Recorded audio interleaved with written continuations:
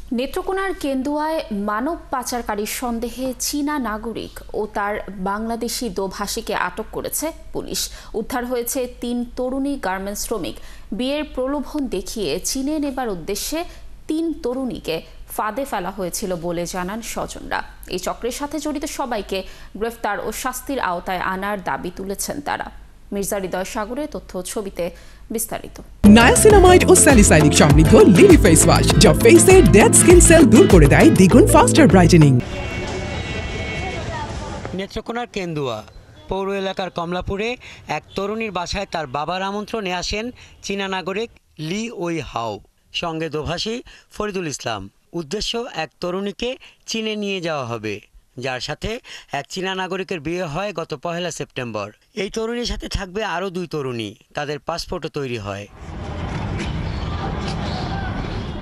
তরুণীর বাড়িতে আসার পর বাড়ির লোকজন বিয়ের কাগজপত্র দেখতে চান। কাগজ দেখে স্বজনসহ সকলের সন্দেহ হলে বিষয়টি পুলিশের কাছে জানান তারা।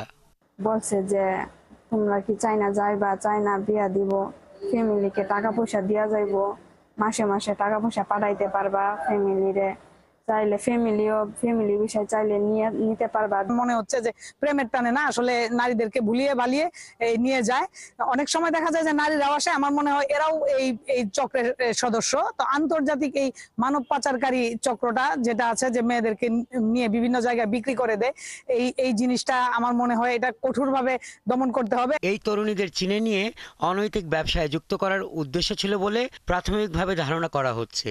একটা আন্তর্জাতিক চক্র। আমরা এই কেন্দ্রের পাশাপাশি ঢাকা সহ অন্যান্য জায়গায় তাদের যে নেটওয়ার্ক রয়েছে, সব জায়গায় আমাদের অভিযান পরবর্তীতে আরো বেশি জোরদার করবো, যেন এই পুরো চক্রটিকে আমরা আইনের আওতায় আনতে পারি। তা আসলে তারা টার্গেট ওরিয়েন্টেড কাজ করে এবং কিছু বাংলাদেশি এজেন্টও নিয়োগ করে বিভিন্ন জায়গায়। গরিব ভিকটিমদেরকে তারা এইভাবে এক্সপ্লয়েট করার সুযোগ নেয়। উদ্ধার ৩ তরুণীর ২ জন সম্পর্কে বোন, অন্যজন জামালপুরের মেলান্দহের বাসিন্দা।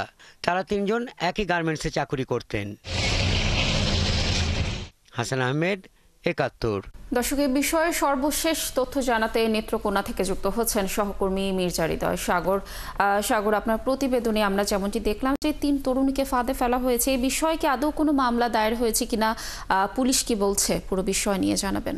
প্রতিবেদনে যেমনটি দেখাচ্ছিলেন, নেত্রকোনার কেন্দুয়া এলাকায় গার্মেন্টস কর্মীকে বিয়ের প্রলোভন দেখিয়ে চীনে নেওয়ার উদ্দেশ্যে একটি মহল কাজ করছিল।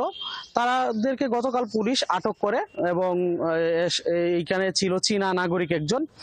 আসলেই বলতে গেলে ফরিদুল নামের একজন যুবক, সে মূলত এটার পরিচালনা করত চীনা নাগরিকের সহায়তায়।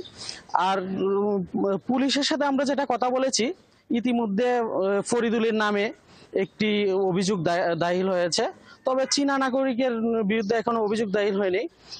জেলা প্রশাসনের সাথে আমরা কথা বলেছিলাম, যেহেতু চীনা নাগরিক, তার সাথে কথা বলার কোনো প্রসেসিং নেই, সে কোনো ধরনের উত্তর দিচ্ছে না, তাই প্রশাসনিকভাবে দূতাবাসের সাথে যোগাযোগ করে পরবর্তীতে আইনি ব্যবস্থা নেওয়া হবে।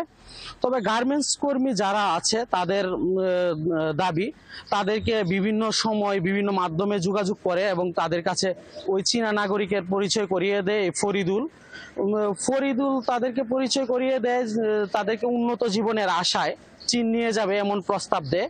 পরবর্তীতে পাসপোর্ট করার উদ্দেশ্যে যখন পাসপোর্ট অফিসে নিয়ে যায়, তখন সাদা কাগজে সাইন রেখে পরবর্তীতে জানায় যে সাদা কাগজের মাধ্যমে, নোটারি পাবলিকের মাধ্যমে ওই তরুণীর চীনা নাগরিকের সাথে বিয়ে হয়ে গেছে।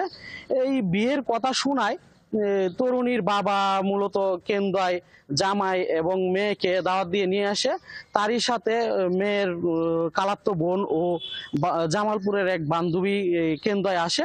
পরবর্তীতে স্থানীয়রা যখন চীনা নাগরিক এবং ওই দুভাষী ফরিদুলের কাছে বৈধ কাগজপত্র চায় বিয়ের এবং চীনা যাওয়ার যে নিশ্চয়তা, এই কাগজপত্র চাওয়ার পরে সন্দেহ জন্মায়, সঠিক কাগজপত্র দিতে পারে না। তবে গাজীপুর থেকে একটি কাগজ সেটি এনে দেয়, সেটি ভুয়া প্রমাণিত হয়। পরবর্তীতে প্রশাসনের সাথে যোগাযোগ করলে এবং গণমাধ্যম কর্মীদের সাথে যোগাযোগ করলে তারা গিয়ে দেখে যে এই কাগজগুলো ভুয়া। পরবর্তীতে তাদেরকে আটক করে রাখা হয়। এখন পর্যন্ত আমরা যতটুকু জানি, এখনো কেন্দুয়া থানায় আটক রয়েছে, তবে ভুক্তভোগীরা একটি অভিযোগ দাখিল করেছে প্রতারণা মামলার। এই ছিল নেত্রকোনা থেকে আমার সর্বশেষ। লাবণী। সাগর, ধন্যবাদ আমাদের সাথে যুক্ত থাকার জন্য। নিশ্চয়ই আমরা পরবর্তীতে আরও তথ্য এ বিষয়ে আপনার কাছ থেকে জানতে পারবো এবং দর্শকদেরকে জানাতে পারবো। দর্শক, যুক্ত ছিলেন আমাদের সহকর্মী মির্জা হৃদয় সাগর।